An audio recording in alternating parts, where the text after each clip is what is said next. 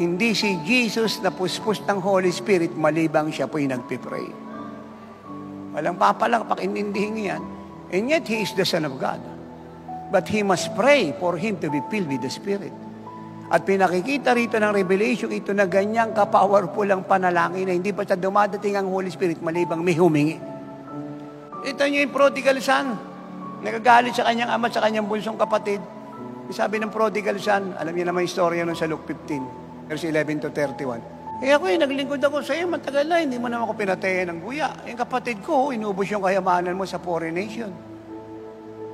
Sa isang pamumuhay na malaswa at mahalay at magastos. Ngayon, nang bumalik naganda ka at inimbita mo yung buong bayan. Kaya sabi ng tatay, ikaw may problema anak Hindi ka humihingi Kasi kung hihingi ka lang, lahat ng akin iyo. Hindi lang isang baka yung sasa iyo.